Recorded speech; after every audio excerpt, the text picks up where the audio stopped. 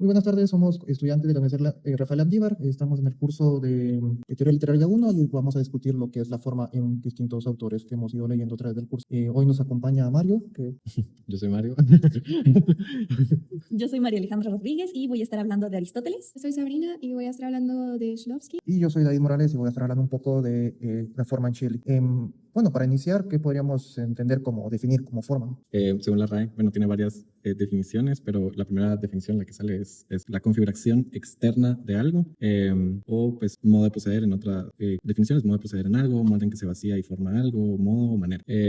Entonces, pues en el contexto del curso podríamos estar pensando en las formas literarias, obviamente, pero creo que por la teoría estética podríamos estar pensando también en formas como artísticas en general. Y pues ya adentrándonos un poquito en los autores, creo que sí es importante, bueno, no importante, pero pues podríamos iniciar hablando de que en Platón, por ejemplo, la estética, pues la literatura, en este caso es la literatura, tiene un carácter necesariamente ético y político. Y no sé, por ejemplo, si en Aristóteles, en Shelley o en Shklovsky toma otras formas. Por ejemplo, en Aristóteles sale, no sé exactamente qué, bueno, sí sé, pero... Bueno, gracias. En Aristóteles, en la poética de Aristóteles, se aborda un poco más la forma de manera estética. Claro que también tiene este toque moral y por supuesto que es más que nada de cierta forma epistemológica, porque al final el arte lo que genera es conocimiento.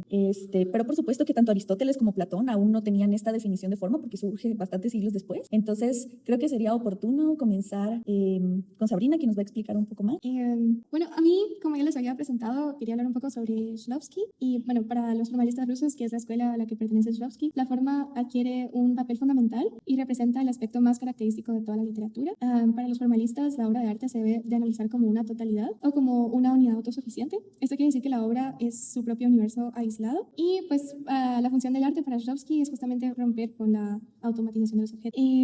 Por lo tanto, la literatura busca romper con esta como sensación automatizante de la vida y en otras palabras podríamos decir que el contenido de una obra no es necesariamente determinante y por lo tanto observamos esta valorización del contenido frente a la forma y sí, pasaremos ahora a hablar un poco sobre Shelley. Bueno, así muy sintéticamente, la forma en Shelley la vamos a entender de una forma poética y esto se define como la imaginación que va a desvelar la verdad que resulta de ser invisible, ¿no? Entonces, Shelley va a manifestar las formas a través de esta imaginación poética que nos va a permitir revelar verdades tanto emocionales como morales que están presentes, pero hace falta articularlas para que se creen y estén presentes en la realidad, valga la redundancia. Entonces, la forma no solo es el medio por el cual el poeta va a reorganizar la experiencia humana y transformar en esta medida la percepción del mundo, pero también permite crear lo imaginativo y lo simbólico en sus obras, ¿no? Entonces, ya trayendo ejemplos de donde podemos ver esto, yo creo que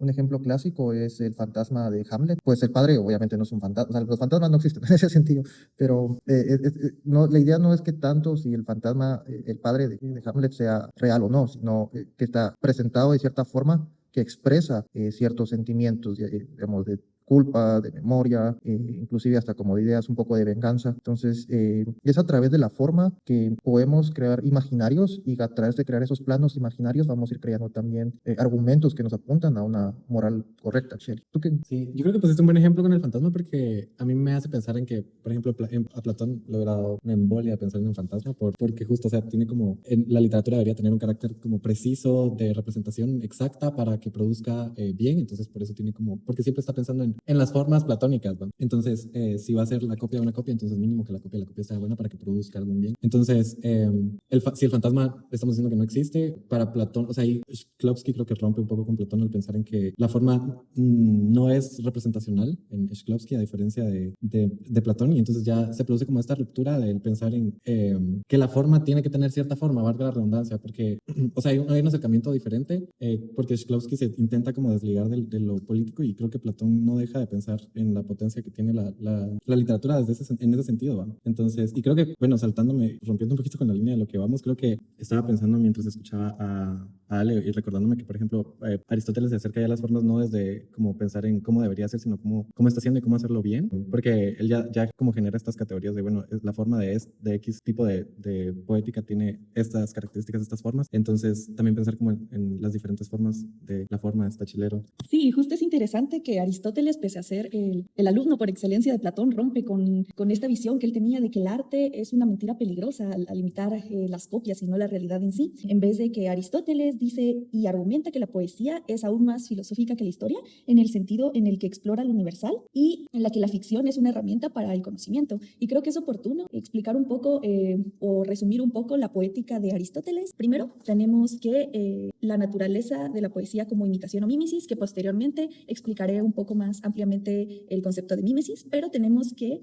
las artes, que son la epopeya, la tragedia, la comedia y la música, son formas de imitación, y aunque imitan la realidad, se diferencian por tres factores en los que están los medios, que es el ritmo, el lenguaje o la armonía, los objetos, que son cómo los artistas representan a sus personajes, y el modo, que es la imitación, que puede ser narrativa, como es el caso de Homero, o las epopeyas, o la dramática, que es como el teatro. Después tenemos que la poesía nace de dos causas naturales en el ser humano. Primero, la tendencia innata a imitar, y segundo, el placer que produce el aprendizaje a través de la imitación. Por otro lado, tenemos lo más fundamental del texto de la poética, que es cómo Aristóteles defiende que la tragedia es por excelencia la mejor clase de imitación y de mímesis, ya que posee una acción elevada, completa y de cierta magnitud, en el que el objetivo principal es provocar piedad y temor para lograr una catarsis, que posteriormente estaré abordando también. Y tenemos 6 partes fundamentales de la tragedia. Y entonces tenemos primero la fábula, que es la trama, o el elemento más importante, es el alma de la tragedia según Aristóteles. Después tenemos los caracteres, que son las cualidades morales de los personajes.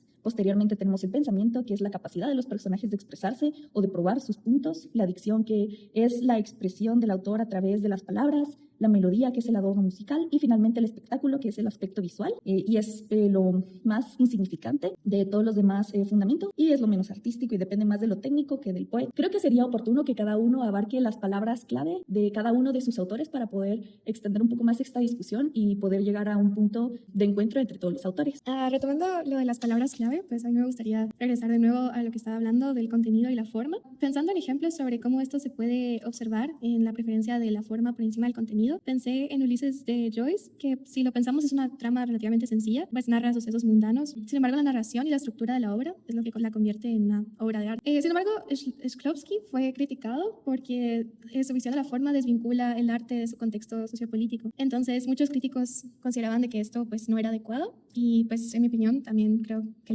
tampoco lo es. Me gustaría un poquito rescatar lo que dice Gramsci, que para él exponer el contenido de una obra, o sea, no solo no es irrelevante, sino que tampoco una obra puede nacer en un contexto desvinculado. Y pensando en esto, pues pensé en el Guernica de Picasso, y es claro que pues obviamente hay un uso de la forma, o sea, la forma que utiliza Picasso en la obra es clara, pero si quitamos el contexto del que nace la obra, es casi como borrar el significado de la obra, porque, o sea, está profundamente vinculado con la realidad social y el contexto histórico en el que nació. Bueno, también pensando en otras cuestiones en cuanto a la forma, podemos ver en los ejemplos cotidianos, tal vez. También viene a colisión el ejemplo, por ejemplo, de Kafka, de Gregorio Samsa, y pues porque la idea sentíamos de que Kafka se sienta alienado de su familia, pues lo puedes decir tal y cual, no me siento conforme con la familia que tengo, pero lo que hace Kafka es exactamente eso que Shelley está diciendo, ¿no? Va a usar la imaginación para crear un nuevo concepto, y entonces va a decir que Gregorio Samsa despierta un día como insecto, ¿no? Y ahí ya cambiaste por completo la forma del mensaje que querés enviar, y en ese sentido es que se vuelve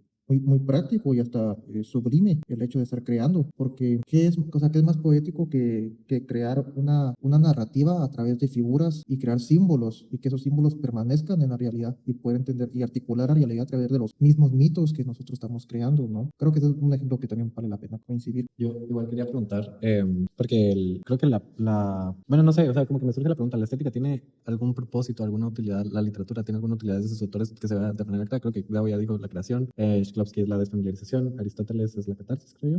Va a ser como el fin. Y pues Platón obviamente es como la persuasión del comportamiento. Pero entonces, o sea, como que a partir de esa utilidad, ¿ustedes creen que, como que qué consideraciones se puede hacer desde la forma, desde esa utilidad, va? Porque, bueno, no sé, Kafka no sé si era muy shelleyano, va, pero o sea, igual puedes hacer una lectura a través de Shelley, de la metamorfosis o de cualquier cosa, no sé, o sea, como que yo pienso que obviamente hay cosas que luego, dependiendo de desde dónde se está pensando, va a dejar de ser, va a producirse una nueva noción de lo que sí está haciendo o no está haciendo arte. Yo creo que comparto un montón esta crítica de Sabrina hacia Shklovsky, o sea, yo tampoco pienso que una obra pueda solo separarse o considerarse desde su forma, porque su forma ya tiene un carácter como político, ¿va? Porque, no sé, Shklovsky además habla sobre cómo fijar o ralentizar la visión de algo, y la pregunta por la visión siempre es bien política. Entonces, por ejemplo, la otra vez estaba hablando con una señora y me decía como que el halftime de Bad Bunny, todos lo vieron. ¿Sí lo vieron?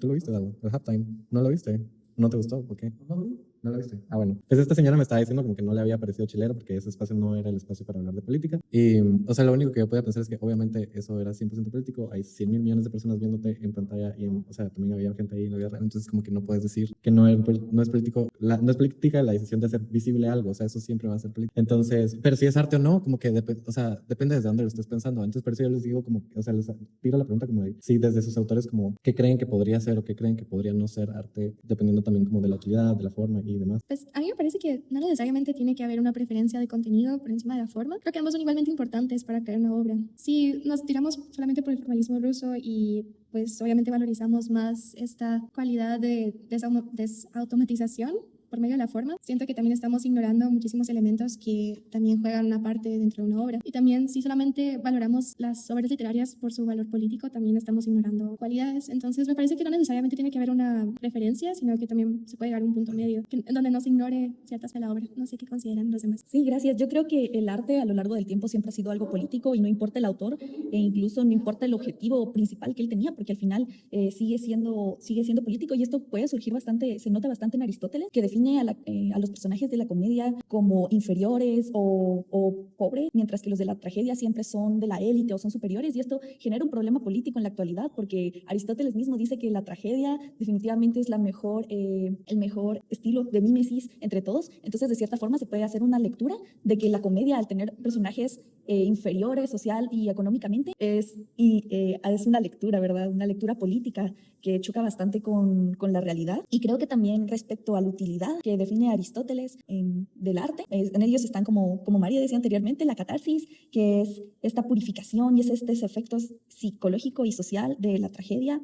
También tenemos que está la anagnórisis, que es el reconocimiento, y creo que este es el más importante, y es este paso de la ignorancia al conocimiento, porque al final el arte tiene como objetivo, para Aristóteles, generar un conocimiento, y creo que esto se puede ver bastante bien en Edipo Rey, al tener Edipo esta anagnórisis y descubrir que mató a su padre. Es un ejemplo perfecto de que el conocimiento genera dolor y a la vez genera catarsis en el espectador y en el lector. No sé qué piensan los demás con sus autores. Retomando Shelley un tanto, bueno, en primer lugar hay que entender de dónde nace el texto de defensa de la poesía, porque Shelley está surgiendo en un momento donde el positivismo va teniendo un gran auge, entonces ya el positivismo establece que ciertas ciencias o artes o técnicas, bueno, el término que deseen, pues ya no son útiles, no valen la pena y hay que terminarlas. Entonces, una de esas ciencias que fue atacada fue la poesía. Shelley se levanta y dice, no, te voy a explicar si sigue siendo importante y sigue siendo relevante, y de ahí es que surge el texto. Entonces, si nos ponemos a analizar qué es lo político dentro del texto, desde su misma creación ya es política, pues una defensa. Segundo, dentro de la obra, ya hablando más formal, ya hablando más formal, el arte o la política, el arte o la poética lo que nos permite es crear a través de la imaginación principios morales. Entonces, la gente puede aprender a cómo comportarse, la gente puede aprender qué es el bien, qué es el mal, llegar a dilemas éticos a través de la misma literatura. Entonces, sí existe un tipo de educación mediante el arte o la poética, pero no es el objetivo principal del arte, ¿no? Entonces, es Pues, o sea, como que entiendo que estoy de acuerdo con tú, entonces pues sería para Shelley el objetivo principal. crear, es Crear. la imaginación, es dejar que la imaginación Independientemente. crear, sí, mostrar, es desvelar lo que está presente. Pero esa creación, o sea, esa concepción de crear por crear, me resuena un montón con el arte por el arte, con eso, pensar en el arte como un objeto, o sea, al que hay que prestarle atención exclusivamente como objeto. No, es que el sentido de creación de Shelley no va por sentido de objeto, va más allá, es un sentido sublime, es casi que divino, o sea, el que crea, de hecho lo pone en el texto bien claro, solo Dios y los poetas crean, Pero, no hay pero más. lo que yo estoy tratando de decir, que, o sea, están de acuerdo con el hecho de que hay que considerar la creación de ya nada más, o sea, no está pensando no estoy diciendo que sea formalista Shelley, porque Shelley, lo que estoy tratando de decir es como que hay como cierto pensar en el arte por el arte, en la creación, como creación, que es que después eso haga otras cosas o tenga repercusiones, pues eso de pronto es tal vez no secundario, pero no es lo que Shelley está pensando, por lo que entiendo. A la creación misma, como podríamos como hacer una intertextualidad con Aristóteles, que dice que al ser humano le atrae el arte por el placer que genera crear esta imitación de la realidad. Yo también creo que va un poquito más allá, porque Shelley habla que la poesía funciona como un barómetro, perdón, de la sociedad y permite ver cómo está pues, funcionando una sociedad. Entonces el poeta tiene este poder moral y pues busca la civilización de una comunidad. Entonces sí, la labor del poeta va más allá, en mi opinión. Sí, y también hay que también contextualizar en qué momento estamos, ¿no? Entonces, Shelley desde el romanticismo y las percepciones o las ideas que se tienen, de hecho el concepto de política en ese momento es totalmente distinto a lo que entendemos hoy en día en política. Está como comparando Shelley con los conceptos que se puede hacer, no estoy diciendo que no se pueda, que se puede hacer, pero también es jugar injusto un poco, porque seguramente para Shelley, si el arte es político, no es lo menos le importa en ese momento, lo que le importa es que hay que seguir haciendo poesía. Esa es la preocupación principal de Shelley. Shelley quiere decir, no, si tenemos que seguir leyendo los poetas viejos y seguir haciendo poesía. Esa es la preocupación de Shelley en ese momento, no es si agrada a cierto grupo, si se está posicionando en cierta parte, si está considerando que cierto grupo o colectivo, no, eso no es lo que le importa a Shelley. Shelley lo que le importa es defender la poesía. A manera de conclusión, creo que sería relevante recapitular brevemente los puntos a favor y en contra de cada uno de nuestros autores. Bueno, en el caso de Aristóteles, yo estoy de acuerdo en que la trama o la fábula es el elemento principal, ya que sin una estructura o una historia profunda no se logra que el lector tenga este sentimiento que debería causar el arte. Y en contra estoy en que, como dije anteriormente, la tragedia por excelencia deba centrarse únicamente en los personajes del linaje superior para ser efectiva.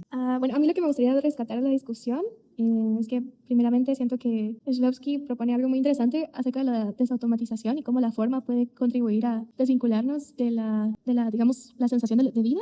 Sin embargo, sí coincido con los críticos en el sentido de que ignora ciertas partes sobre el contexto y el momento en donde surge una obra. En mi caso, creo que estoy muy de acuerdo con las posturas de Shelley. Creo que me gusta un montón la idea en la que Shelley está defendiendo la poesía. Creo que me gusta el contraste que se genera, digamos, en cuanto a la política /moral, que se articula también bien con Platón, ¿no? Porque la idea de que la poesía muestre un punto de la moral colectiva, creo que es interesante cómo los autores la abordan de distintas perspectivas y son bien opuestas. Pero en general creo que estoy muy de acuerdo con Shelley. Bueno, yo la verdad es que sí estoy, no sé si diría totalmente en contra, pero sí significativamente en contra de Platón, porque no estoy de acuerdo, por ejemplo, en el tema de la censura, pero creo que reconozco, pues en el fondo, y creo que eso es algo que se comparte en todos los autores, que hay un como poder de transformación en las consideraciones sobre la literatura. Y me parece que está cool pensar en la forma y acercarse a la forma, incluso desde diferentes autores, porque creo que a mí, por ejemplo, el formalismo no me parece tan chilero, pero, o sea, como único acercamiento a la literatura, pero me parece, pues, junto con, por ejemplo, la hermenéutica o la fenomenología como una herramienta súper cool para acercarse a los textos y considerar y ser sensible también como a la forma de esto, casi a lo físico del texto, que es el texto mismo. Y eso me parece una actitud bastante sensible y creo que, bueno, en general como que perfilar diferentes acercamientos creo que está muy chilero pensar en la forma. Por eso, gracias.